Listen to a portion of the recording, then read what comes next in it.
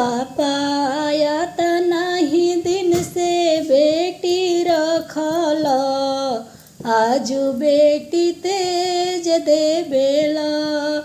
चाचायत नहीं दिन से बेटी रखल, आजू बेटी तेज दे बेला। जानते तरहला पापा धियावा पराया, जानते तरहला चाचा धियावा पराया हो।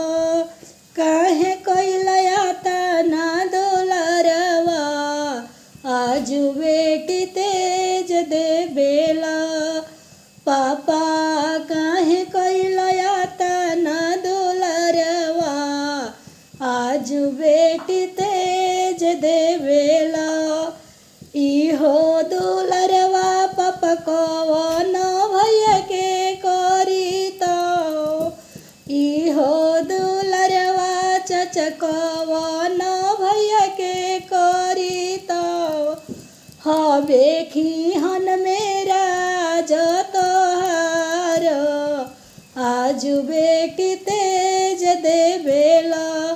हबे खिहन मेरा जतोहार, आजू बेटी तेज दे बेला। भैया यत नहीं दिन से बहिनी रखल, आजू बहिनी तेज दे बेला।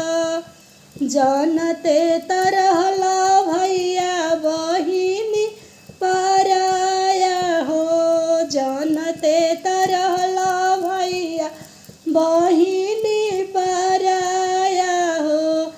काहे कैलया तना दुलरवा, आजू बहिनी तेज दे बेला।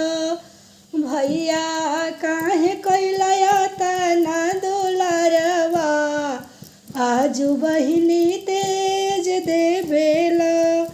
इहो दुलरवा भैया भतीजवा के करी तो हो, इहो दुलरवा भैया बबुआ के करी तो हो। हबे खिहन मेरा जतोहार, आजू बहिनी तेज दे बेला। हबे खिहन मेरा जतोहार, आजू बहिनी तेज दे बेला।